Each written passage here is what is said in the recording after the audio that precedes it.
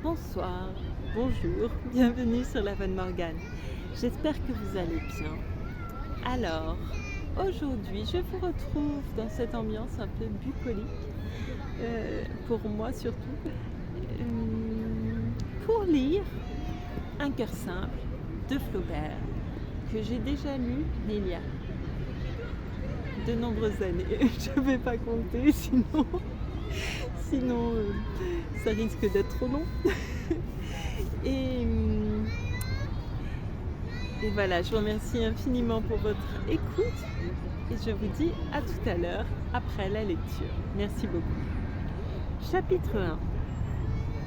Pendant un demi-siècle, les bourgeoises de Pont-l'Évêque envièrent à Madame Aubin sa servante Félicité. Pour 100 francs par an, elle faisait la cuisine et le ménage, cousait, lavait, repassait, savait brider un cheval, engraisser les volailles, battre le beurre et resta fidèle à sa maîtresse, qui cependant n'était pas une personne agréable. Elle avait épousé un beau garçon sans fortune, mort au commencement de 1809, en lui laissant 2 enfants très jeunes avec une quantité de dettes.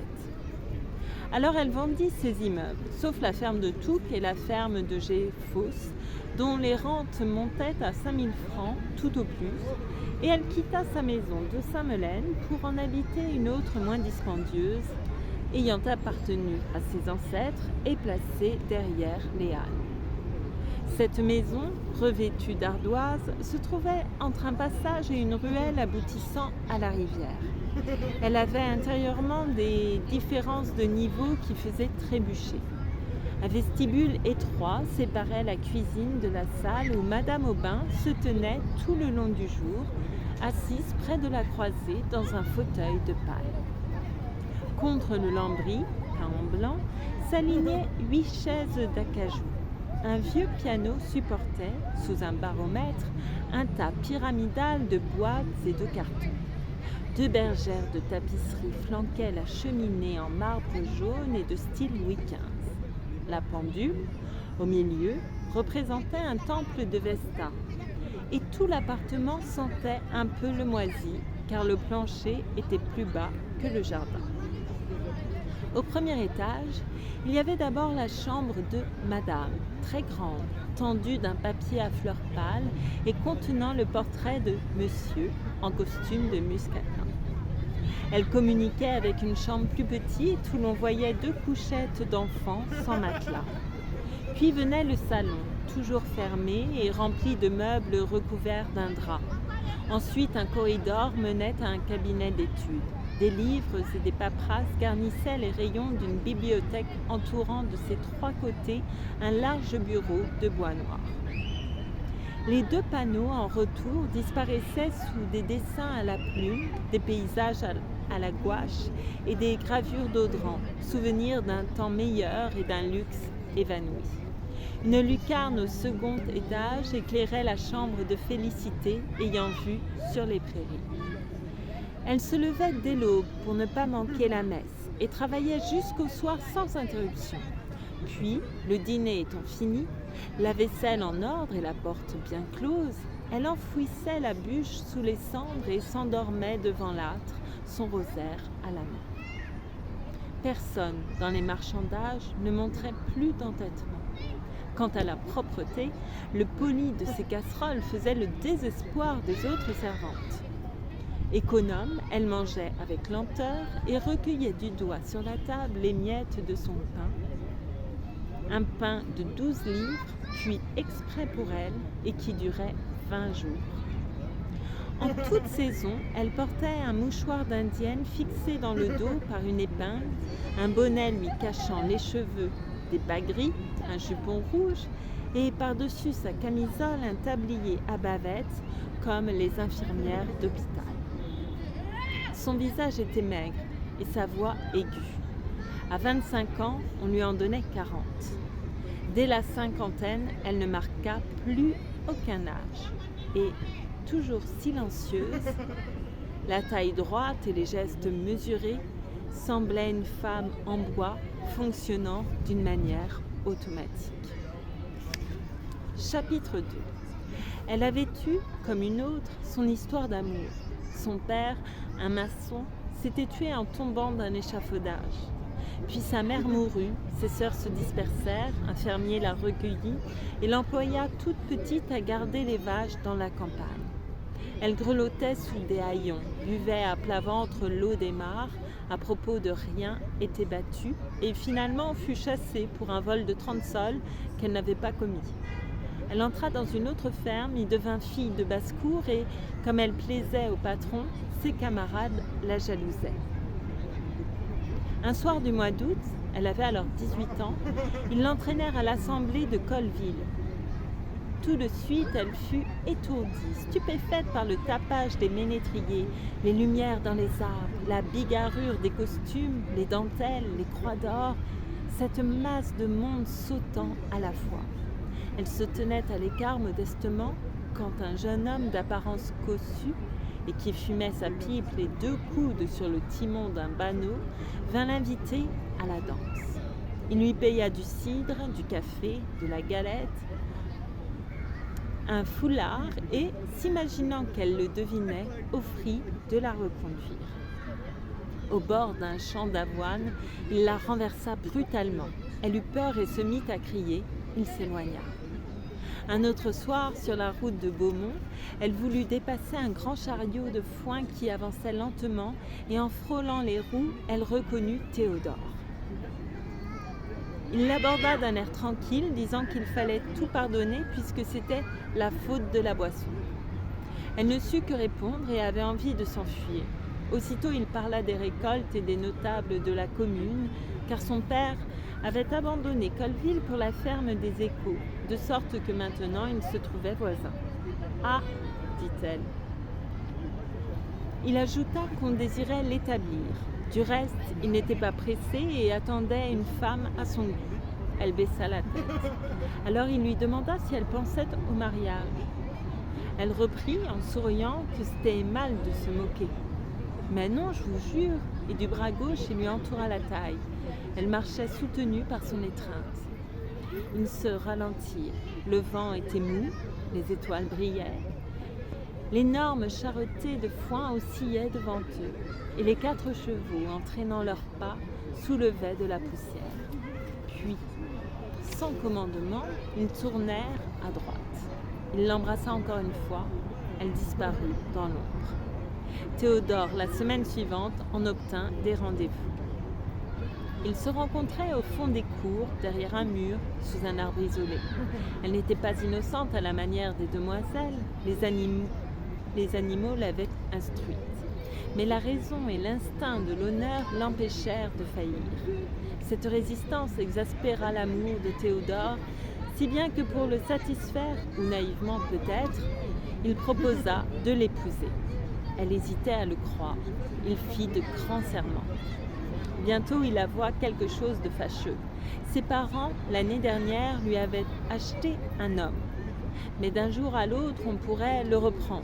L'idée de servir l'effrayait. Cette couardise fut pour Félicité une preuve de tendresse. La sienne en redoubla. Elle s'échappait la nuit et, parvenue au rendez-vous, Théodore la torturait avec ses inquiétudes et ses instances. Enfin, il annonça qu'il irait lui-même à la préfecture prendre des informations et les apporterait dimanche prochain entre 11h et minuit. Le moment arrivé, elle courut vers l'amoureux. À sa place, elle trouva un de ses amis. Il lui apprit qu'elle ne devait plus le revoir. Pour se garantir de la conscription, Théodore avait épousé une vieille femme très riche, Madame Lehousset, de Touques. Ce fut un chagrin désordonné. Elle se jeta par terre, poussa des cris, appela le bon Dieu et gémit toute seule dans la campagne jusqu'au soleil levant. Puis elle revint à la ferme, déclara son intention d'en partir et au bout du mois, ayant reçu ses comptes, elle enferma tout son petit bagage dans un mouchoir et se rendit à Pont-l'Évêque. Devant l'auberge, elle questionna une bourgeoise en capeline de veuve et qui précisément cherchait une cuisinière. La jeune fille ne savait pas grand-chose, mais paraissait avoir tant de bonne volonté et si peu d'exigence que Madame Aubin finit par dire « Soit, je vous accepte ». Félicité, un quart d'heure après, était installée chez elle. D'abord, elle y vécut dans une sorte de tremblement que lui causait le genre de la maison et le souvenir de monsieur planant sur tout.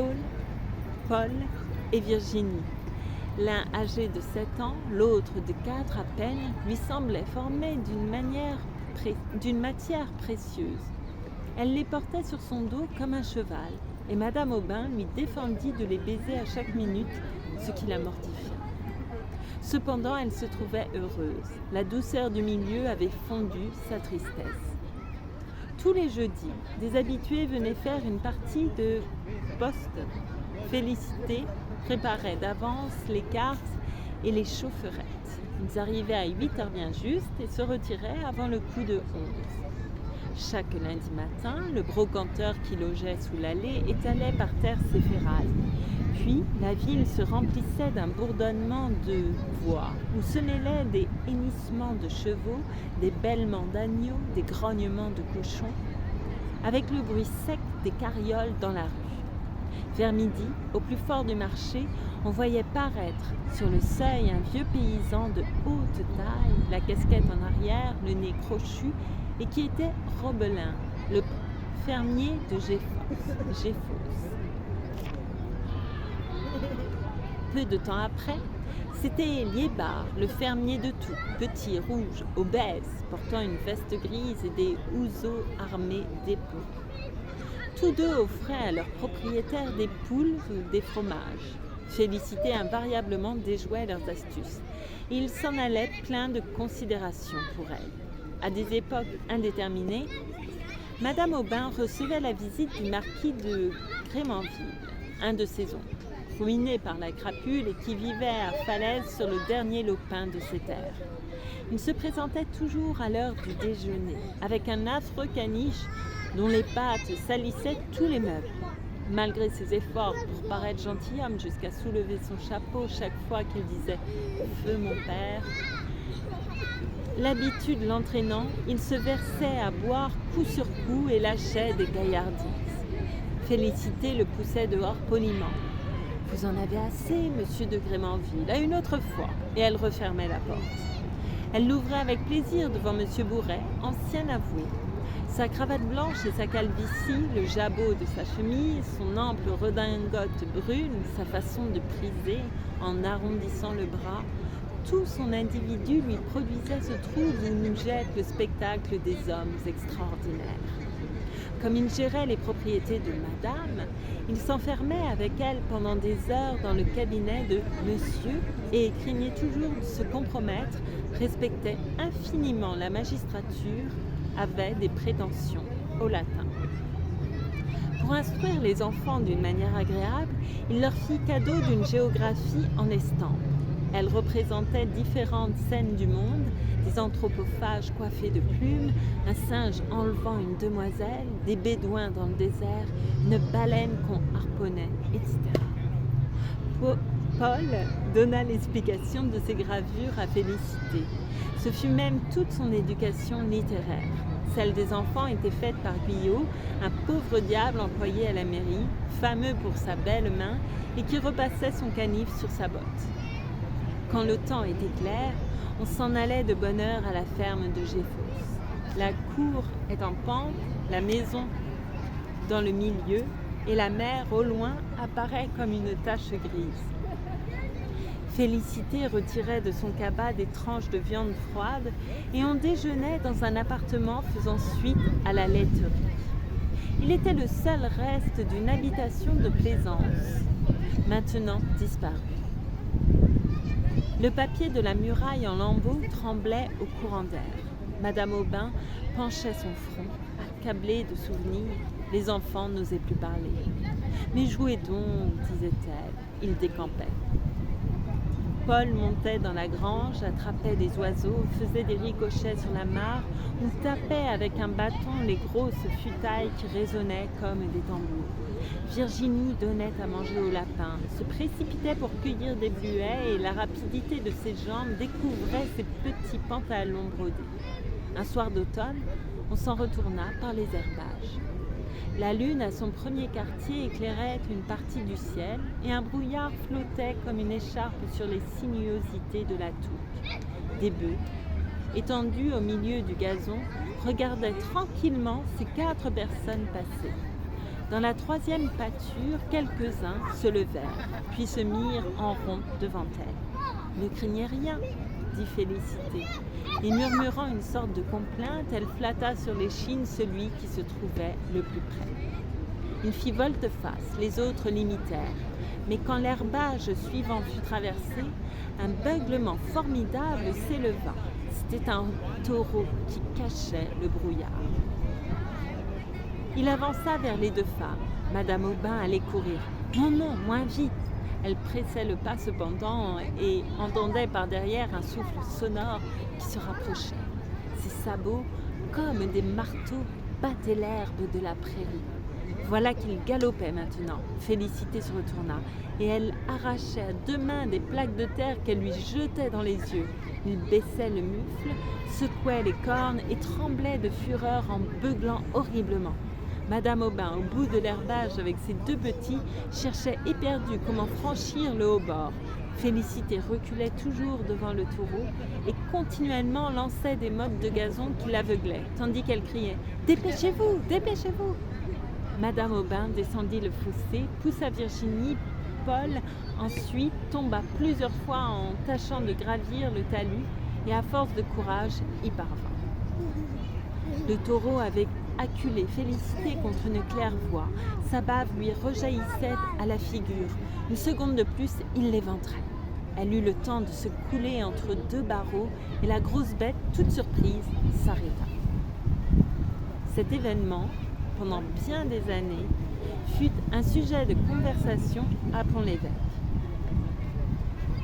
Félicité n'en tira aucun orgueil, ne se doutant même pas qu'elle eût rien fait d'héroïque.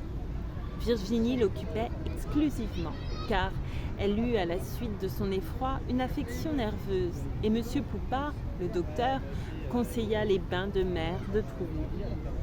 Dans ce temps-là, il n'était pas fréquenté.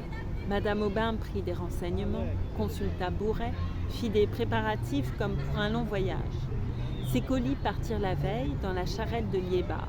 Le lendemain, il amena 2 chevaux dont l'un avait une selle de femme munie d'un dossier de velours. Et sur la croupe du second, un manteau roulé formait une manière de siège. Madame Aubin y monta derrière lui. Félicité se chargea de Virginie et Paul enfourcha l'âne de Monsieur Le Chapetois, prêté sous la condition d'en avoir grand soin. La route était si mauvaise que ces 8 kilomètres exigèrent 2 heures. Les chevaux enfonçaient jusqu'au pâturon dans la boue et faisaient pour en sortir de brusques mouvements des hanches. Ou bien ils butaient contre les ornières. D'autres fois, il leur fallait sauter.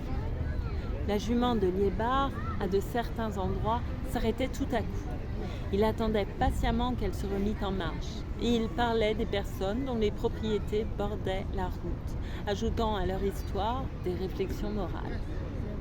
Ainsi, au milieu de tout, comme on passait sous des fenêtres entourées de capucines, il dit, avec un haussement d'épaules, « En voilà une, Madame Le Housset, qui, au lieu de prendre un jeune homme, Félicité n'entendit pas le reste.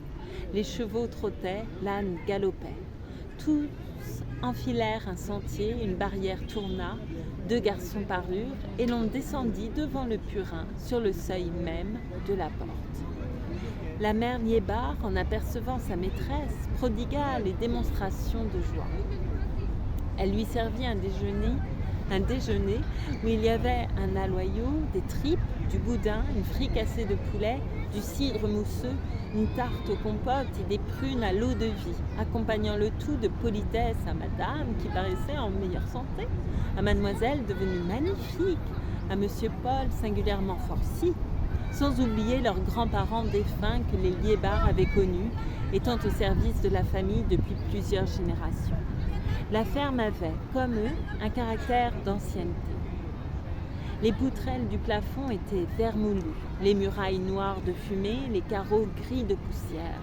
Un dressoir en chêne supportait toutes sortes d'ustensiles, des brocs, des assiettes, des écuelles d'étain, des pièges à loup, des forces pour les moutons. Une seringue énorme fit rire les enfants. Pas un arbre des 3 cours qui n'eût des champignons à sa base, ou dans ses rameaux une touffe d'aiguilles. Le vent en avait jeté bas plusieurs. Ils avaient repris par le milieu, et tous fléchissaient sous la quantité de leurs pommes. Les toits de paille, pareils à du velours brun et inégaux d'épaisseur, résistaient aux plus fortes bourrasques. Cependant, la charretterie tombait en ruine. Madame Aubin dit qu'elle aviserait et commanda de reharnacher les bêtes. On fut encore une demi-heure avant d'atteindre Trouville. La petite caravane mit pied à terre pour passer les écoles. C'était une falaise surplombant des bateaux. Et 3 minutes plus tard, au bout du quai, on entra dans la cour de l'Agneau d'Or chez la mère David. Virginie, dès les premiers jours, se sentit moins faible, résultat du changement d'air et de l'action des bains. Elle les prenait en chemise à défaut d'un costume, et sa bonne la rhabillait dans une cabane de douanier qui servait aux baigneurs. L'après-midi, on s'en allait avec l'âne au-delà des roches noires du côté d'Ennequeville. Le sentier, d'abord, montait entre des terrains vallonnés comme la pelouse d'un parc, puis arrivait sur un plateau où alternaient des pâturages et des champs en labour. À la lisière du chemin, dans le fouillis des ronces, des houx se dressaient. Ça et là, un grand arbre mort faisait sur l'air bleu des zigzags avec ses branches. Presque toujours, on se reposait dans un pré, ayant Deauville à gauche, Le Havre à droite, et en face, la pleine mer. Elle était brillante de soleil, lisse comme un miroir, tellement douce qu'on entendait à peine son murmure. Des moineaux cachés pépiaient, et la voûte immense du ciel recouvrait tout cela. Madame Aubin, assise, travaillait à son ouvrage de couture. Virginie, près d'elle, tressait des joncs. Félicité sarclait des fleurs de lavande. Paul, qui s'ennuyait, voulait partir. D'autres fois, ayant passé la Touques en bateau, il cherchait des coquilles. La marée basse laissait à découvert des oursins, des godefilles, des méduses. Et les enfants couraient pour saisir des flocons d'écume que le vent emportait. Les flots endormis, en tombant sur le sable, se déroulaient le long de la grève. Elle s'étendait à perte de vue, mais du côté de la terre avait pour limite les dunes la séparant du marais, large prairie en forme d'hippodrome. Quand il revenait par là, Trouville, au fond sur la pente du coteau, à chaque pas grandissait et avec toutes ses maisons inégales semblait s'épanouir dans un désordre gai. Les jours qu'il faisait trop chaud, ils ne sortaient pas de leur chambre. L'éblouissante clarté du dehors plaquait des barres de lumière entre les lames des jalousies. Aucun bruit dans le village. En bas, sur le trottoir, personne. Ce silence épandu augmentait la tranquillité des choses. Au loin, les marteaux des calfats tamponnaient des carènes et une brise lourde apportait la senteur du goudron. Le principal divertissement était le retour des barques. Dès qu'elles avaient dépassé les balises, elles commençaient à louvoyer. Leurs voiles descendaient aux 2/3 des mâts, et, la misaine gonflée comme un ballon, elles avançaient, glissaient dans le clapotement des vagues jusqu'au milieu du port où l'ancre, tout à coup, tombait. Ensuite, le bateau se plaçait contre le quai. Les matelots jetaient par-dessus le bordage des poissons palpitants. Une file de charrettes les attendait et des femmes en bonnet de coton s'élançaient pour prendre les corbeilles et embrasser leurs hommes. Une d'elles, un jour, aborda Félicité, qui peu de temps après entra dans la chambre, toute joyeuse. Elle avait retrouvé une sœur. Et Nastasie Barrette, femme Leroux, apparut, tenant un nourrisson à sa poitrine, de la main droite un autre enfant, et à sa gauche un petit mousse, les poings sur les hanches et le béret sur l'oreille. Au bout d'un quart d'heure, Madame Aubin la congédia. On les rencontrait toujours aux abords de la cuisine ou dans les promenades que l'on faisait. Le mari ne se montrait pas. Félicité se prit d'affection pour eux. Elle leur acheta une couverture, des chemises, un fourneau. Évidemment, il l'exploitait. Cette faiblesse agaçait Madame Aubin, qui d'ailleurs n'aimait pas les familiarités du neveu, car il tutoyait son fils. Et, comme Virginie toussait et que la saison n'était plus bonne, elle revint à Pont-l'Évêque. Monsieur Bourret l'éclaira sur le choix d'un collège. Celui de Caen passait pour le meilleur. Paul y fut envoyé et fit bravement ses adieux, satisfait d'aller vivre dans une maison où il aurait des camarades. Madame Aubin se résigna à l'éloignement de son fils parce qu'il était indispensable. Virginie y songea de moins en moins. Félicité regrettait son tapage, mais une occupation vint la distraire. À partir de Noël, elle mena tous les jours la petite fille au catéchisme. Chapitre 3. Quand elle avait fait à la porte une génuflexion, elle s'avançait sous la haute nef entre la double ligne des chaises, ouvrait le banc de Madame Aubin, s'asseyait et promenait ses yeux autour d'elle. Les garçons à droite, les filles à gauche, emplissaient les stalles du chœur. Le curé se tenait debout près du lutrin. Sur un vitrail de l'abside, le Saint-Esprit dominait la Vierge. Un autre la montrait à genoux devant l'enfant Jésus et, derrière le tabernacle, un groupe en bois représentait Saint-Michel terrassant le dragon. Le prêtre fit d'abord un abrégé de l'histoire sainte.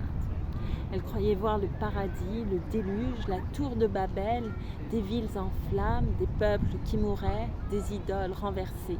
Et elle garda de cet éblouissement le respect du Très-Haut et la crainte de sa colère.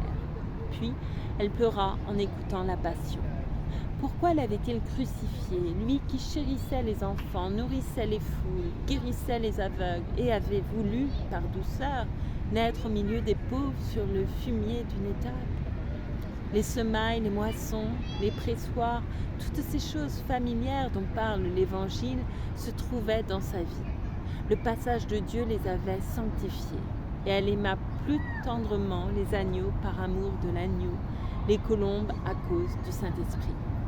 Elle avait peine à imaginer sa personne, car il n'était pas seulement oiseau, mais encore un feu et d'autres fois un souffle. C'est peut-être sa lumière qui voltige la nuit au bord des marécages, son haleine qui pousse les nuées, sa voix qui rend les cloches harmonieuses. Et elle demeurait dans une adoration, jouissant de la fraîcheur des murs et de la tranquillité de l'église. Quant au dogme, elle n'y comprenait rien, ne tâcha même pas de comprendre. Le curé discourait, les enfants récitaient, elle finissait par s'endormir. Et se réveillait tout à coup quand ils faisaient, en s'en allant claquer leurs sabots sur les draps. Ce fut de cette manière, à force de l'entendre, qu'elle apprit le catéchisme, son éducation religieuse ayant été négligée dans sa jeunesse. Et dès lors, elle imita toutes les pratiques de Virginie. Jeûnait comme elle, se confessait avec elle. À la fête Dieu, elles firent ensemble un reposoir. La première communion la tourmentait d'avance. Elle s'agita pour les souliers, pour le chapelet, pour le livre, pour les gants. Avec quel tremblement elle aida sa mère à l'habiller. Pendant toute la messe, elle éprouva une angoisse. Monsieur Bourret lui cacha un côté du cœur, mais juste en face, le troupeau des vierges portant des couronnes blanches par-dessus leurs voiles abaissés formait comme un champ de neige. Et elle reconnaissait de loin la chère petite à son cou plus mignon et à son attitude recueillie. La cloche tinta, les têtes se courbèrent, il y eut un silence. Aux éclats de l'orgue, les chantres et la foule entonnèrent l'Agnus Dei. Puis le défilé des garçons commença et, après eux, les filles se levèrent.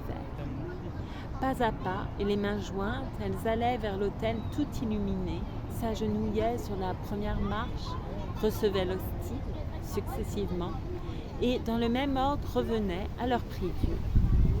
Quand ce fut le tour de Virginie, Félicité se pencha pour la voir et, avec l'imagination que donnent les vraies tendresses, il lui sembla qu'elle était elle-même cet enfant. Sa figure devenait la sienne, sa robe l'habillait, son cœur lui battait dans la poitrine. Au moment d'ouvrir la bouche, en fermant les paupières, elle manqua s'évanouir. Le lendemain, de bonne heure, elle se présenta dans la sacristie. pour que monsieur le curé lui donnât la communion. Elle la reçut dévotement, mais n'y goûta pas les mêmes délices. Madame Aubin voulait faire de sa fille une personne accomplie, et comme Guyot ne pouvait lui montrer ni l'anglais ni la musique, elle résolut de la mettre en pension chez les Ursulines de Honfleur. L'enfant n'objecta rien. Félicité soupirait, trouvant madame insensible. Puis elle songea que sa maîtresse, peut-être, avait raison. Ces choses dépassaient sa compétence. Enfin, un jour, une vieille tapissière s'arrêta devant la porte, et il en descendit une religieuse qui venait chercher mademoiselle. Félicité monta les bagages sur l'impériale, fit des recommandations au cocher et plaça dans le coffre 6 pots de confiture et une douzaine de poires avec un bouquet de violettes. Virginie, au dernier moment, fut prise d'un grand sanglot. Elle embrassait sa mère qui la baisait au front en répétant « Allons, du courage, du courage !» Le marchepied se releva, la voiture partit. Alors Madame Aubin eut une défaillance, et le soir tous ses amis, le ménage Lormeau, Madame Le Chaptois, ses demoiselles Rochefeuille, Monsieur de Houppeville et Bourret se présentèrent pour la consoler. La privation de sa fille lui fut d'abord très douloureuse, mais 3 fois la semaine elle en recevait une lettre, les autres jours lui écrivait, se promenait dans son jardin, lisait un peu, et de cette façon comblait le vide des heures. Le matin, par habitude, Félicité entrait dans la chambre de Virginie et regardait les murailles. Elle s'ennuyait de n'avoir plus à peigner ses cheveux, à lui lasser ses bottines, à l'aborder dans son lit, et de ne plus voir continuellement sa gentille figure, de ne plus la tenir par la main quand elles sortaient ensemble. Dans son désœuvrement, elle essaya de faire de la dentelle. Ses doigts trop lourds cassaient les fils. Elle n'entendait à rien, avait perdu le sommeil, suivant son mot, était minée. Pour se dissiper, elle demanda la permission de recevoir son neveu Victor. Il arrivait le dimanche après la messe, les joues roses, la poitrine nue, et sentant l'odeur de la campagne qu'il avait traversée. Tout de suite, elle dressait son couvert. Ils déjeunaient l'un en face de l'autre, et, mangeant elle-même le moins possible pour épargner la dépense, elle le bourrait tellement de nourriture qu'il finissait par s'endormir. Au premier coup des vêpres, elle le réveillait, brossait son pantalon, nouait sa cravate et se rendait à l'église appuyée sur son bras dans un orgueil maternel. Ses parents le chargeaient toujours d'en tirer quelque chose, soit un paquet de cassonade, du savon, de l'eau de vie, parfois même de l'argent. Il apportait ses nids par accommodé, et elle acceptait cette besogne, heureuse d'une occasion qui le forçait à revenir. Au mois d'août, son père l'emmena au cabotage. C'était l'époque des vacances. L'arrivée des enfants la consola. Mais Paul devenait capricieux et Virginie n'avait plus l'âge d'être tutoyée, ce qui mettait une gêne, une barrière entre elles. Victor alla successivement à Morlaix, à Dunkerque et à Brighton.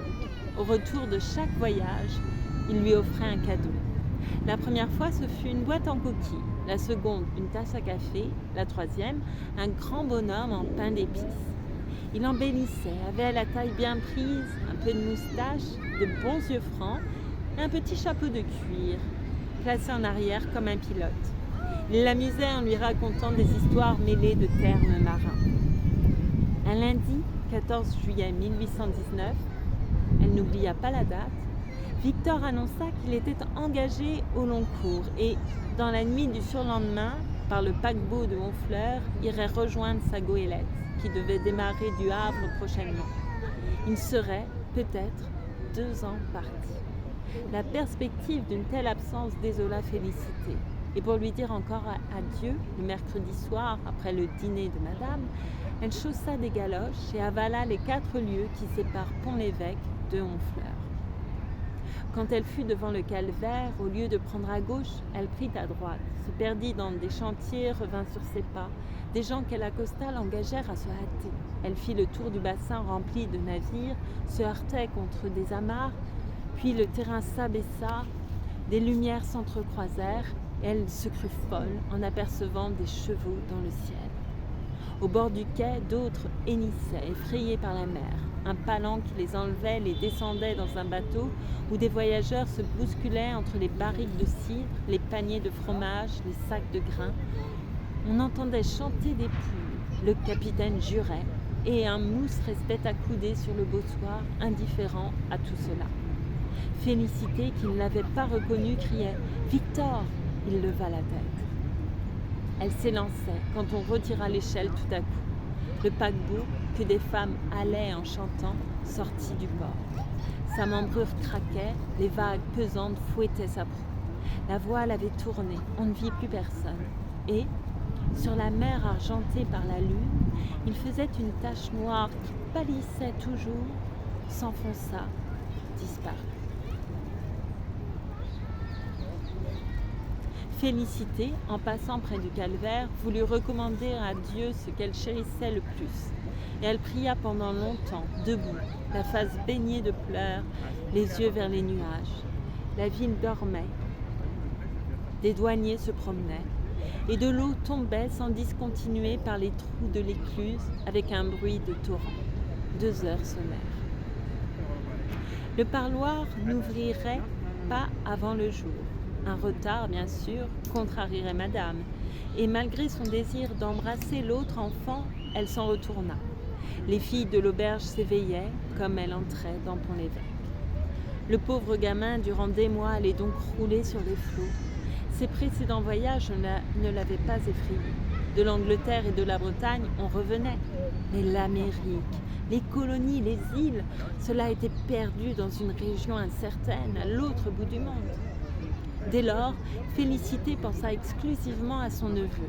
Les jours de soleil, elle se tourmentait de la soif. Quand il faisait de l'orage, craignait pour lui la foudre. En écoutant le vent qui grondait dans la cheminée et emportait les ardoises, elle le voyait battu par cette même tempête au sommet d'un mât fracassé, tout le corps en arrière sous une nappe d'écume. Ou bien, souvenir de la géographie en estampe, il était mangé par les sauvages, pris dans un bois par des singes, se mourait le long d'une plage déserte. Et jamais elle ne parlait de ses inquiétudes. Madame Aubin en avait d'autres sur sa fille. Les bonnes sœurs trouvaient qu'elle était affectueuse, mais délicate. La moindre émotion l'énervait. Il fallut abandonner le piano. Sa mère exigeait du couvent une correspondance réglée. Un matin que le facteur n'était pas venu, elle s'impatienta. Et elle marchait dans la salle de son fauteuil à la fenêtre. C'était vraiment extraordinaire. Depuis 4 jours, pas de nouvelles. Pour qu'elle se consolât par son exemple, Félicité lui dit « Moi, madame, voilà 6 mois que je n'en ai reçu. De qui donc ?» La servante répliqua doucement. « Mais de mon neveu. »« Ah, votre neveu. » Et haussant les épaules, madame Aubin reprit sa promenade, ce qui voulait dire « Je n'y pensais plus. Au surplus, je m'en moque, un mousse, un gueux, belle affaire, tandis que ma fille, songez donc. » Félicité, bien que nourrie dans la rudesse, fut indignée contre madame, puis oublia. Il lui paraissait tout simple de perdre la tête à l'occasion de la petite. Les 2 enfants avaient une importance égale. Un lien de son cœur les unissait et leur destinée devait être la même. Le pharmacien lui apprit que le bateau de Victor était arrivé à La Havane. Il avait lu ce renseignement dans une gazette. À cause des cigares, elle imaginait La Havane un pays où l'on ne fait pas autre chose que de fumer, et Victor circulait parmi les nègres dans un nuage de tabac. Pouvait-on, en cas de besoin, s'en retourner par terre ? À quelle distance était-ce de Pont-l'Évêque ? Pour le savoir, elle interrogea M. Bourret. Il atteignit son atlas, puis commença des explications sur les longitudes. Et il avait un beau sourire de cuistre devant l'ahurissement de Félicité. Enfin, avec son porte-crayon, il indiqua dans les découpures d'une tache ovale un point noir imperceptible en ajoutant « Voici ». Elle se pencha sur la carte. Ce réseau de lignes coloriées fatiguait sa vue, sans lui rien apprendre. Et Bourret l'invitant à dire ce qui l'embarrassait, elle le pria de lui montrer la maison où demeurait Victor. Bourret leva les bras. Il éternua énormément. Une candeur pareille excitait sa joie. Et Félicité n'en comprenait pas le motif. Elle qui s'attendait peut-être à voir jusqu'au portrait de son neveu, tant son intelligence était bornée.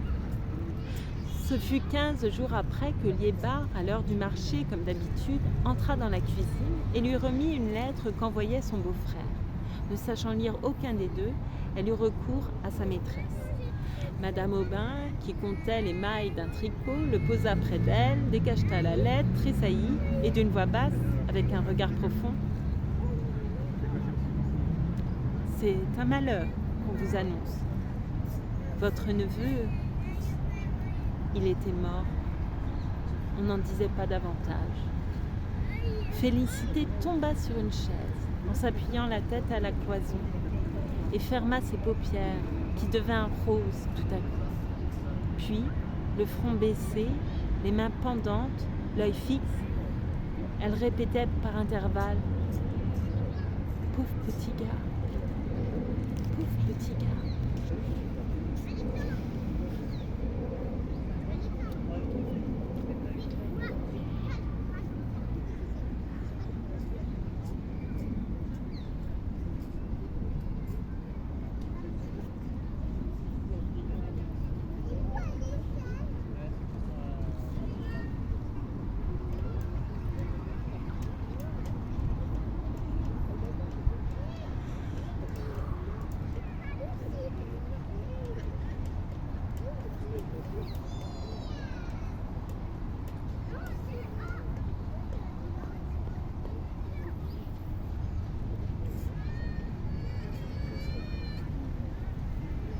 Liébar la considérait en exhalant des soupirs. Madame Aubin tremblait un peu. Elle lui proposa d'aller voir sa sœur à Trouville.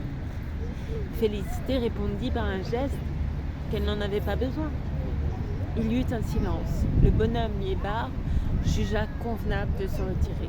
Alors elle dit « Ça ne leur fait rien à eux. » Sa tête retomba et machinalement elle soulevait de temps à autre les longues aiguilles sur la table à ouvrage. Des femmes passèrent dans la cour avec un bar d'où dégouttelait du linge. En les apercevant par les carreaux, elle se rappela sa lessive. L'ayant coulée la veille, il fallait aujourd'hui la rincer, et elle sortit de l'appartement. Sa planche et son tonneau étaient au bord de la touque. Elle jeta sur la berge un tas de chemises, retroussa ses manches, prit son battoir.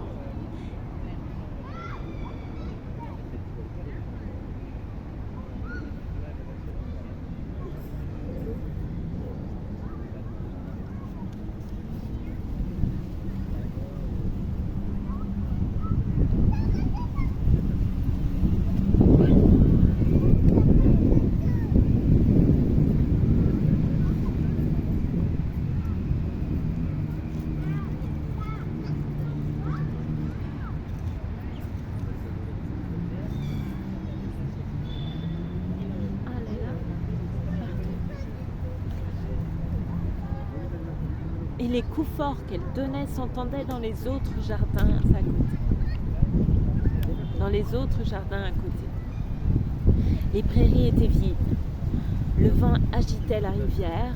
Au fond, de grandes herbes s'y penchaient, comme des chevelures de cadavres flottant dans l'eau. Elle retenait sa douleur. Jusqu'au soir, fut très brave. Mais, dans sa chambre, elle s'y abandonna. À plat ventre sur son matelas, le visage dans l'oreiller et les deux poings contre les tempes. Beaucoup plus tard, par le capitaine de Victor lui-même, elle connut les circonstances de sa fin. On l'avait trop saigné à l'hôpital pour la fièvre jaune. 4 médecins le tenaient à la fois. Il était mort immédiatement et le chef avait dit « Bon, encore un ». Ses parents l'avaient toujours traité avec barbarie. Elle aima mieux ne pas les revoir. Et ils ne firent aucune avance par oubli ou endurcissement de misérable. Virginie s'affaiblissait. Des oppressions de la toux, une fièvre continuelle et des marbrures aux pommettes décelaient quelque affection profonde. Monsieur Poupart avait conseillé un séjour en Provence. Madame Aubin s'y décida et eut tout de suite repris sa fille à la maison dans le climat de Pont-l'Évêque. Excusez-moi.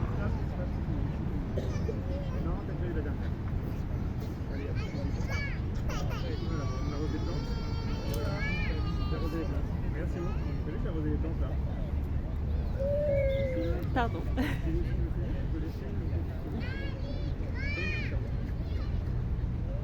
Elle fit un arrangement avec un loueur de voitures qui l'amenait au couvent chaque mardi. Il y a dans le jardin une terrasse d'où l'on découvre la Seine. Virginie se promenait à son bras sur les feuilles de pampre tombées. Quelquefois, le soleil traversant les nuages la forçait à cligner ses paupières pendant qu'elle regardait les voiles au loin et tout l'horizon depuis le château de Tancarville jusqu'au phare du Havre. Ensuite, on se reposait sous la tonnelle. Sa mère s'était procuré un petit fût d'excellent vin de Malaga et, riant à l'idée d'être grise, elle en buvait 2 doigts, pas davantage. Ses forces reparurent. L'automne s'écoula doucement. Félicité rassurait Madame Aubin. Mais un soir qu'elle avait été aux environs faire une course, elle rencontra devant la porte le cabriolet de Monsieur Poupard et il était dans le vestibule. Madame Aubin nouait son chapeau. « Donnez-moi ma chaufferette, ma bourse, mes gants, plus vite donc !» Virginie avait une fluxion de poitrine. C'était peut-être désespéré. « Pas encore, dit le médecin. » Et tous deux montèrent dans la voiture sous des flocons de neige qui tourbillonnaient. La nuit allait venir. Il faisait très froid. Félicité se précipita dans l'église pour allumer un cierge. Puis elle courut après le cabriolet qu'elle rejoignit 1 heure plus tard, sauta légèrement par derrière où elle se tenait aux torsades quand une réflexion lui vint. La cour n'était pas fermée si des voleurs s'introduisaient. Et elle descendit. Le lendemain, dès l'aube, elle se présenta chez le docteur. Il était rentré et reparti à la campagne. Puis elle resta dans l'auberge, croyant que des inconnus apporteraient une lettre. Enfin, au petit jour, elle prit la diligence de Lisieux. Le couvent se trouvait au fond d'une ruelle escarpée. Vers le milieu, elle entendit des sons étranges, un glas de mort. « C'est pour d'autres », pensa-t-elle, et Félicité tira violemment le marteau. Au bout de plusieurs minutes, des savates se traînèrent, la porte s'entrebâilla et une religieuse parut. La bonne sœur, avec un air de componction, dit qu'elle venait de passer. En même temps, le glas de Saint-Léonard redoublait. Félicité parvint au second étage. Dès le seuil de la chambre, elle aperçut Virginie étalée sur le dos, les mains jointes, la bouche ouverte, et la tête en arrière sous une croix noire s'inclinant vers elle, entre les rideaux immobiles, moins pâles que sa figure. Madame Aubin, au pied de la couche qu'elle tenait dans ses bras, poussait des hoquets d'agonie. La supérieure était debout, à droite. 3 chandeliers sur la commode faisaient des taches rouges, et le brouillard blanchissait les fenêtres. Des religieuses emportèrent Madame Aubin. Pendant 2 nuits, Félicité ne quitta pas la morte. Elle répétait les mêmes prières, jetait de l'eau bénite sur les draps, revenait s'asseoir et la contemplait. À la fin de la première veille, elle remarqua que la figure avait jauni, les lèvres bleuirent, le nez se pinçait, les yeux s'enfonçaient. Elle les baisa plusieurs fois et n'eut pas éprouvé un immense étonnement si Virginie les eut rouverts. Pour de pareilles âmes, le surnaturel est tout simple. Elle fit sa toilette, l'enveloppa de son linceul, la descendit dans sa bière, lui posa une couronne, étala ses cheveux. Ils étaient blonds et extraordinaires de longueur à son âge. Félicité en coupa une grosse mèche dont elle glissa la moitié dans sa poitrine, résolue à ne jamais s'en dessaisir.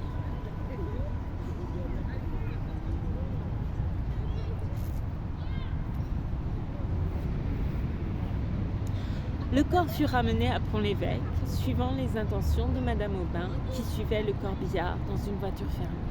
Après la messe, il fallut encore 3 quarts d'heure pour atteindre le cimetière. Paul marchait en tête et sanglotait. Monsieur Bourret était derrière, ensuite les principaux habitants, les femmes, couvertes de mantes noires, et Félicité. Elle songeait à son neveu, et, n'ayant pu lui rendre ses honneurs, avait un surcroît de tristesse comme si on l'eût enterré avec l'autre. Le désespoir de Madame Aubin fut illimité. D'abord, elle se révolta contre Dieu, le trouvant injuste de lui avoir pris sa fille, elle qui n'avait jamais fait de mal et dont la conscience était si pure. Mais non, elle aurait dû l'emporter dans le Midi. D'autres docteurs l'auraient sauvée. Elle s'accusait, voulait la rejoindre, criait en détresse au milieu de ses rêves. Un surtout l'obsédait. Son mari, costumé comme un matelot, revenait d'un long voyage et lui disait en pleurant qu'il avait reçu l'ordre d'emmener Virginie. Alors il se concertait pour découvrir une cachette quelque part. Une fois, elle rentra du jardin, bouleversée. Tout à l'heure, elle montrait l'endroit. Le père et la fille lui étaient apparus l'un auprès de l'autre et ils ne faisaient rien, ils la regardaient. Pendant plusieurs mois, elle resta dans sa chambre, inerte. Félicité la sermonnait doucement. Il fallait se conserver pour son fils et pour l'autre, en souvenir d'elle. Elle, reprenait Madame Aubin, comme se réveillant. Ah oui, oui, vous ne l'oubliez pas. Allusion au cimetière qu'on lui avait scrupuleusement défendu. Félicité tous les jours s'y rendait. À 4 heures précises, elle passait au bord des maisons, montait la côte, ouvrait la barrière et arrivait devant la tombe de Virginie. C'était une petite colonne de marbre rose avec une dalle dans le bas et des chênes autour enfermant un jardinet. Les plates-bandes disparaissaient sous une couverture de fleurs. Elle arrosait leurs feuilles, renouvelait le sable, se mettait à genoux pour mieux labourer la terre. Madame Aubin, quand elle put y venir, en éprouva un soulagement, une espèce de consolation. Puis des années s'écoulèrent, toutes pareilles et sans autres épisodes que le retour des grandes fêtes, Pâques, l'Assomption, la Toussaint. Des événements intérieurs faisaient une date où l'on se reportait plus tard. Ainsi, en 1825, 2 vitriers badigeonnèrent le vestibule. En 1827, une portion du toit tombant dans la cour faillit tuer un homme.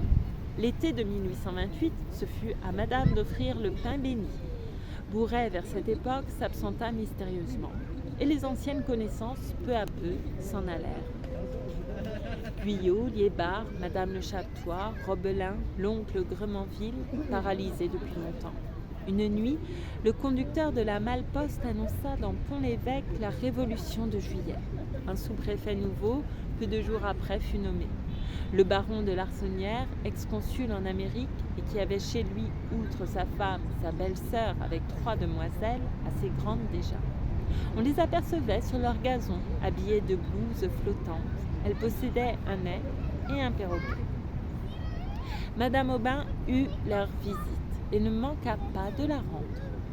Du plus loin qu'elle paraissait, Félicité accourait pour la prévenir.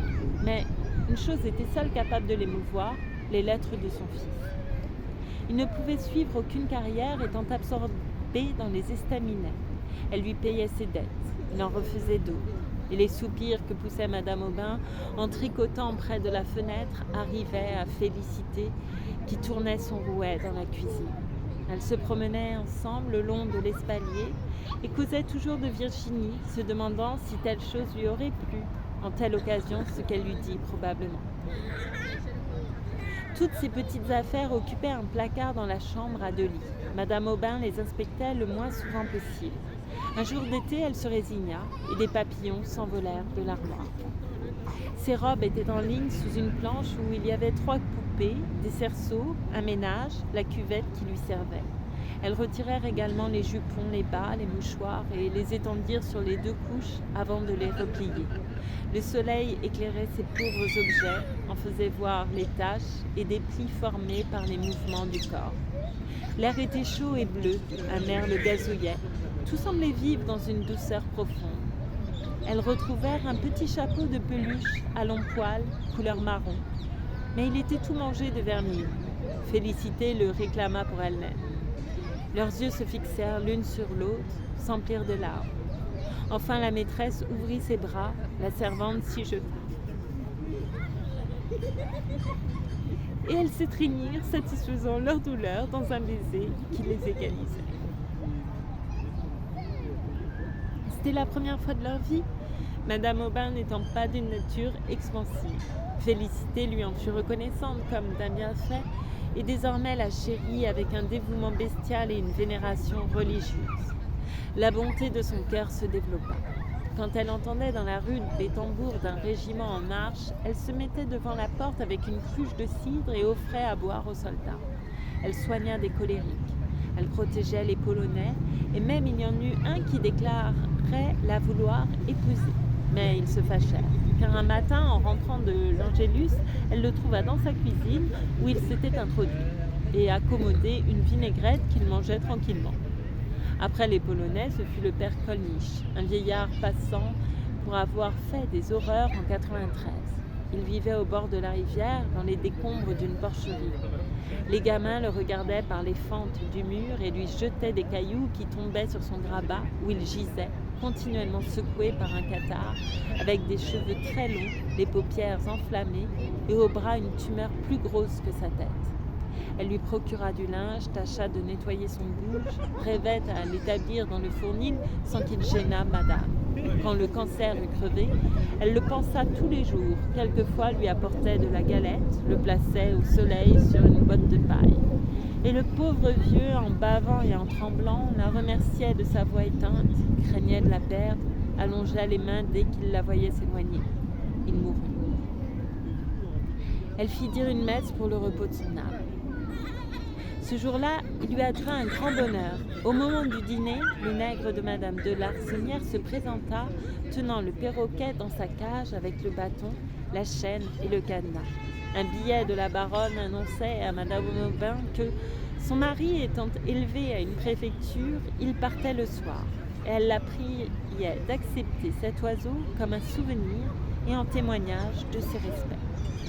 Il occupait depuis longtemps l'imagination de Félicité car il venait d'Amérique et ce mot lui rappelait Victor, si bien qu'elle s'en informait auprès du nègre. Une fois même, elle avait dit « C'est madame qui serait heureuse de la voir ».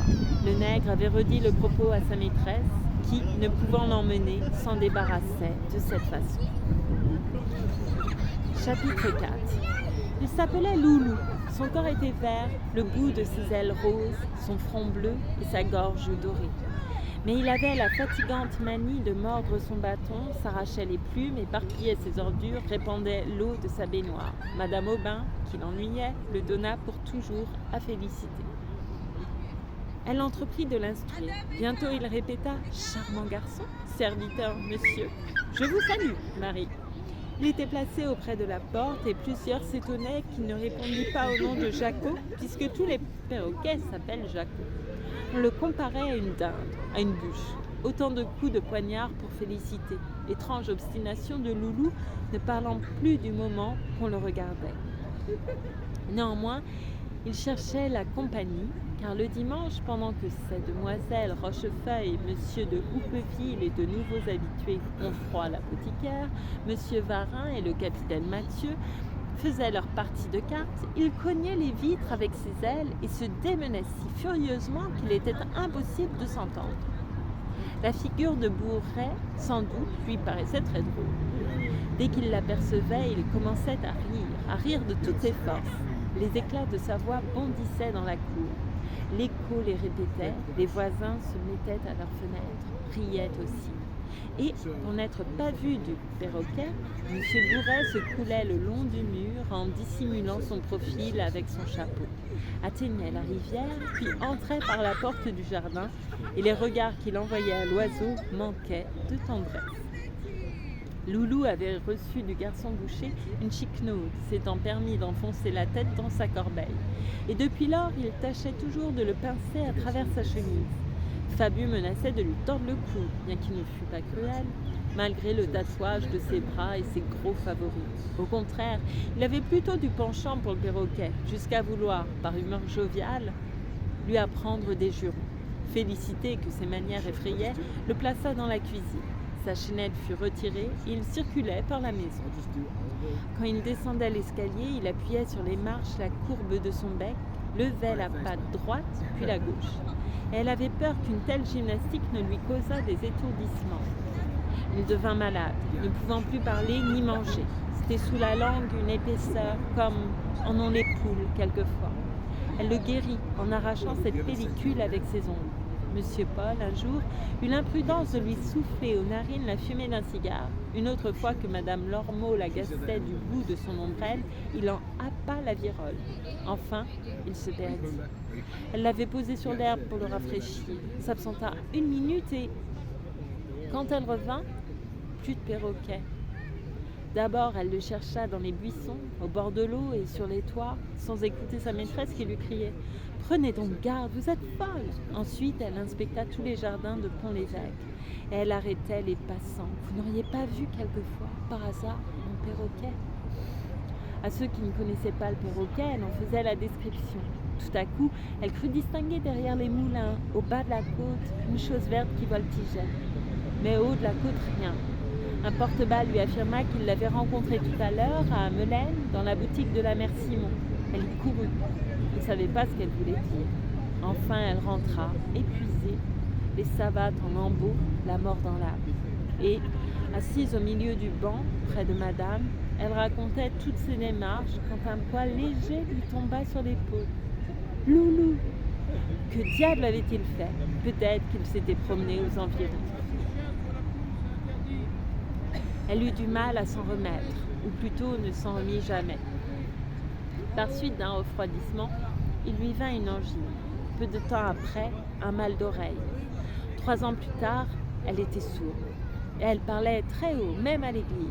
Bien que ses péchés auraient pu, sans déshonneur pour elle, ni inconvénient pour le monde, se répandre à tous les coins du diocèse, monsieur le curé jugea convenable de ne plus recevoir sa confession que dans la sacristie. Des bourdonnements illusoires achevaient de la troubler. Souvent sa maîtresse lui disait « Mon Dieu, comme vous êtes bête !» Elle répliquait « Oui, madame », en cherchant quelque chose autour d'elle. Le petit cercle de ses idées se rétrécit encore, et le carillon des cloches, le mugissement des bœufs n'existait plus. Tous les êtres fonctionnaient avec le silence des fantômes. Un seul bruit arrivait maintenant à ses oreilles, la voix du perroquet. Comme pour la distraire, il reproduisait le tic-tac du tourne-broche, l'appel aigu d'un vendeur de poissons, la scie du menuisier qui logeait en face, et au coup de la sonnette imitait Madame Aubin. « Félicité, la porte, la porte !» Ils avaient des dialogues, lui débitant à satiété les 3 phrases de son répertoire et elle y répondant par des mots sans plus de suite, mais où son cœur s'épanchait. Loulou, dans son isolement, était presque un fils, un amoureux. Il escaladait ses doigts, mordillait ses lèvres, se cramponnait à son fichu. Et, comme elle penchait son front en branlant la tête à la manière des nourrices, les grandes ailes du bonnet et les ailes de l'oiseau frémissaient ensemble. Quand des nuages s'amoncelaient et que le tonnerre grondait, il poussait des cris, se rappelant peut-être les ondées de ses forêts natales. Le ruissellement de l'eau excitait son délire. Il voletait, éperdu, montait au plafond, renversait tout et par la fenêtre allait barboter dans le jardin. Mais revenait vite sur un des chenets et, sautillant pour sécher ses plumes, montrait tantôt sa queue, tantôt son bec. Un matin du terrible hiver de 1837, qu'elle l'avait mis devant la cheminée à cause du froid, elle le trouva mort au milieu de sa cage, la tête en bas et les ongles dans les fils de fer. Une congestion l'avait tuée, sans doute. Elle crut à un empoisonnement par le persil et, malgré l'absence de toute preuve, ses soupçons portèrent sur Fabie. Elle pleura tellement que sa maîtresse lui dit « Eh bien, faites-le empailler !» Elle demanda conseil au pharmacien qui avait toujours été bon pour le perroquet. Il écrivit au Havre. Un certain Félaché se chargea de cette besogne, mais comme la diligence égarait parfois les colis, elle résolut de le porter elle-même jusqu'à Honfleur. Les pommiers sans feuilles se succédaient au bord de la route. De la glace couvrait les fossés. Des chiens aboyaient autour des fermes, et les mains sous son mantelet, avec ses petits sabots noirs et son cabas, elle marchait prestement sur le milieu du pavé. Elle traversa la forêt, dépassa le haut chêne, atteignit Saint-Gatien. Derrière elle, dans un nuage de poussière et emportée par la descente, une malle-poste au grand galop se précipitait comme une trombe. En voyant cette femme qui ne se dérangeait pas, le conducteur se dressa par-dessus la capote et le postillon criait aussi, pendant que ses 4 chevaux qu'il ne pouvait retenir accéléraient leur train. Les 2 premiers la frôlaient. D'une secousse de ses guides, il les jeta dans le débord, mais furieux releva le bras et à pleine volée, avec son grand fouet, lui cingla du ventre au chignon un tel coup qu'elle tomba sur le dos. Son premier geste, quand elle reprit connaissance, fut d'ouvrir son panier. Loulou n'avait rien, heureusement. Elle sentit une brûlure à la joue droite. Ses mains qu'elle y porta étaient rouges, le sang coulait. Elle s'assit sur un mètre de cailloux, se tamponna le visage avec son mouchoir, puis elle mangea une croûte de pain, mise dans son panier par précaution, et se consolait de sa blessure en regardant l'oiseau. Arrivée au sommet d'Équemoville, elle aperçut les lumières de Honfleur qui scintillaient dans la nuit comme une quantité d'étoiles. La mer, plus loin, s'étalait confusément. Alors une faiblesse l'arrêta, et la misère de son enfance, la déception du premier amour, le départ de son neveu, la mort de Virginie, comme les flots d'une marée, revinrent à la fois et, lui montant à la gorge, l'étouffèrent. Puis elle voulut parler au capitaine du bateau, et sans dire ce qu'elle envoyait, lui fit des recommandations. Félachée garda longtemps le perroquet. Il le promettait toujours pour la semaine prochaine. Au bout de 6 mois, il annonça le départ d'une caisse. Et il n'en fut plus question. C'est à croire que jamais Loulou ne reviendrait.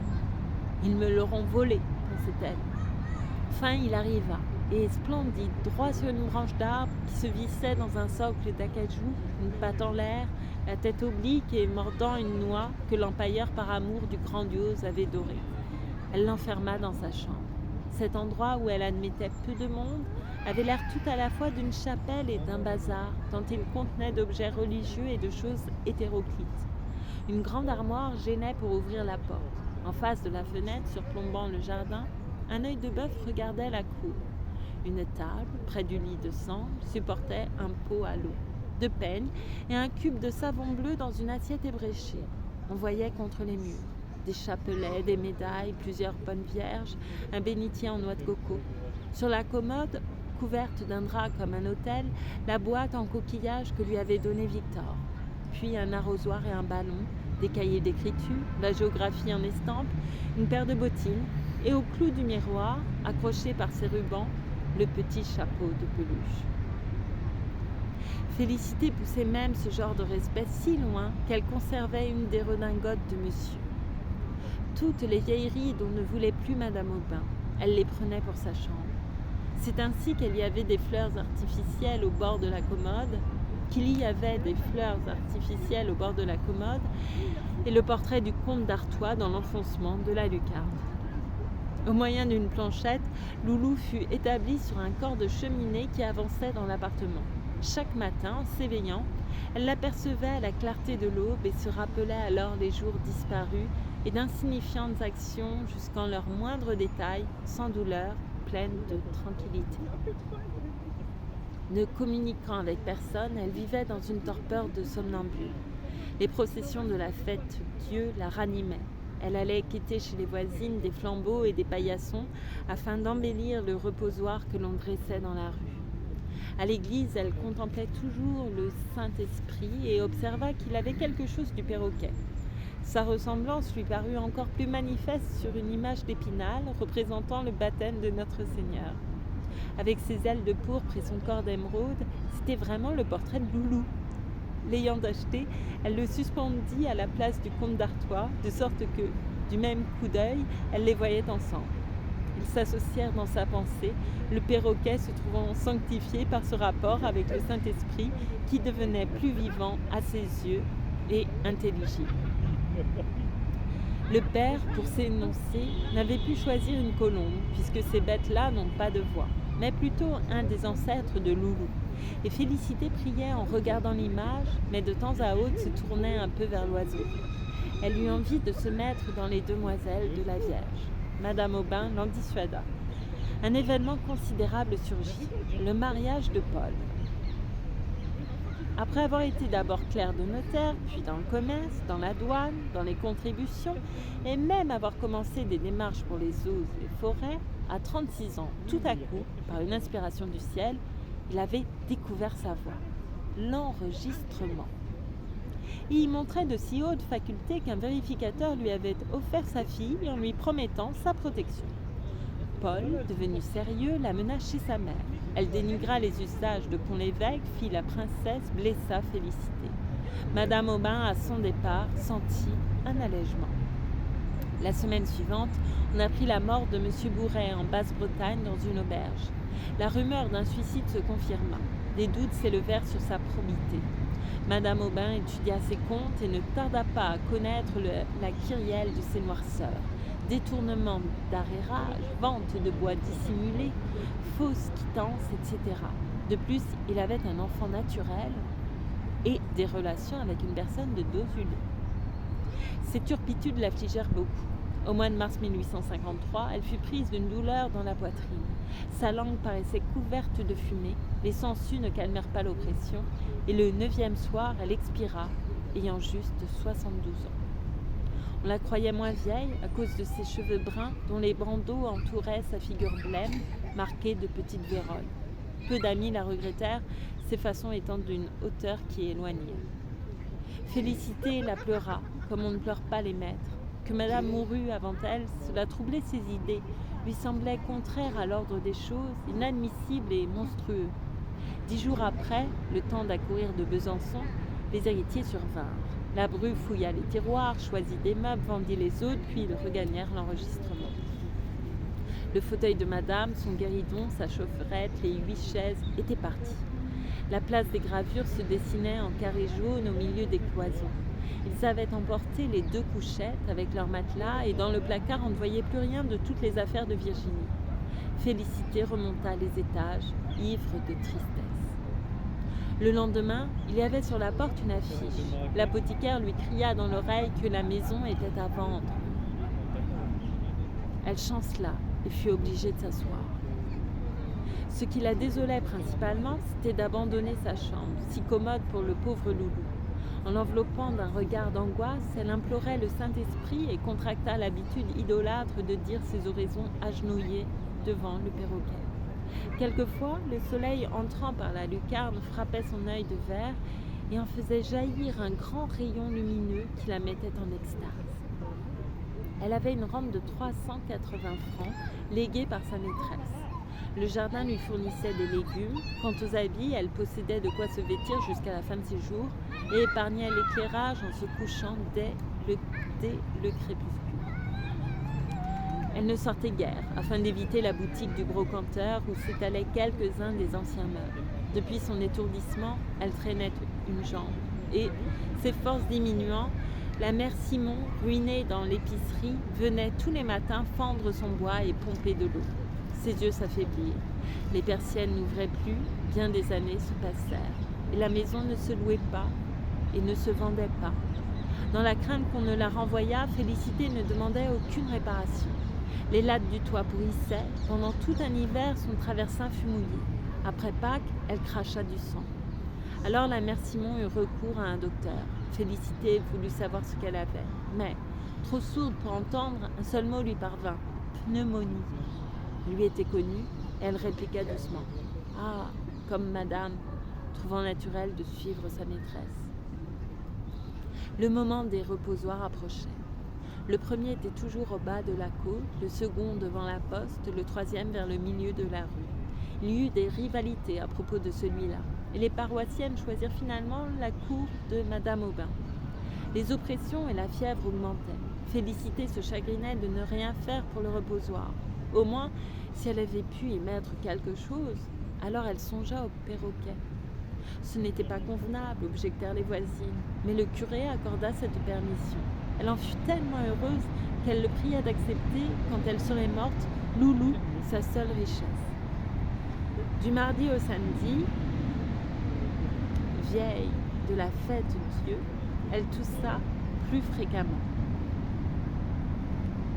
Le soir, son visage était grippé, ses lèvres se collaient à ses gencives, des vomissements parurent. Et le lendemain, au petit jour, se sentant très bas, elle fit appeler un prêtre.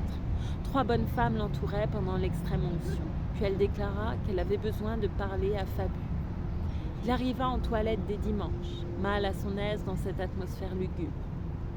« Pardonnez-moi, dit-elle avec un effort pour étendre le bras. Je croyais que c'était vous qui l'aviez tué. » Que signifiaient des potins pareils, l'avoir soupçonné d'un meurtre, un homme comme lui, et il s'indignait, allait faire du tapage. Il n'a plus sa tête, vous voyez bien. Félicité de temps à autre parlait à des ombres. Les bonnes femmes s'éloignèrent. La Simone déjeuna. Un peu plus tard, elle prit Loulou et, l'approchant de Félicité, « Allons, dites-lui adieu. » Bien qu'il ne fût pas un cadavre, les vers le dévoraient. Une de ses ailes était cassée, les toupes lui sortaient du ventre. Mais, aveugle à présent, elle le baisa au front et le gardait contre sa joue. La Simone le reprit pour le mettre sur le reposoir. Chapitre 5. Les herbages envoyaient l'odeur de l'été. Des mouches bourdonnaient, le soleil faisait luire la rivière, chauffait les ardoises. La mère Simon, revenue dans la chambre, s'endormait doucement. Des coups de cloche la réveillèrent, on sortait des vêpres.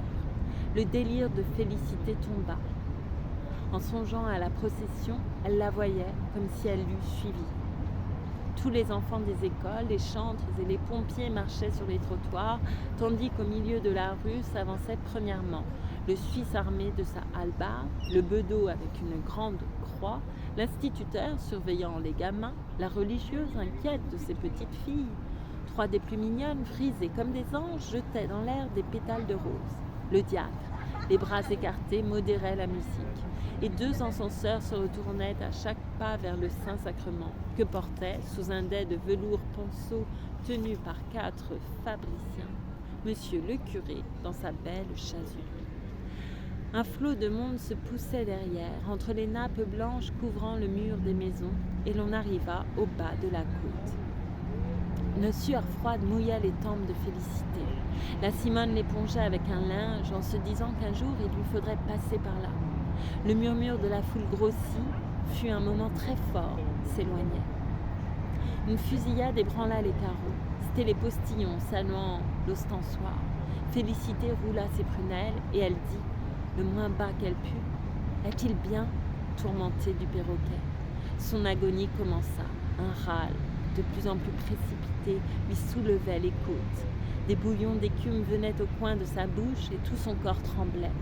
Bientôt on distingua le ronflement des ophicléides, les voix claires des enfants, la voix profonde des hommes. Tout se taisait par intervalles, et le battement des pas, que des fleurs amortissaient, faisait le bruit d'un troupeau sur du gazon. Le clergé parut dans la cour. La Simone grimpa sur une chaise pour atteindre à l'œil de bœuf et de cette manière dominait le reposoir. Des guirlandes vertes pendaient sur l'autel, ornées d'un falbala en point d'Angleterre. Il y avait au milieu un petit cadre enfermant des reliques, 2 orangers dans les angles, et, tout le long, des flambeaux d'argent et des vases en porcelaine d'où s'élançaient des tournesols, des lys, des pivoines, des digitales, des touffes d'hortensia. Ce monceau de couleurs éclatantes descendait obliquement sur les pavés, et des choses rares tiraient les yeux. Un sucrier de vermeil avait une couronne de violettes, des pendeloques en pierre d'Alençon brillaient sur de la mousse, 2 écrans chinois montraient leur paysage. Loulou, caché sous des roses, ne laissait voir que son front bleu, pareil à une plaque de lapis.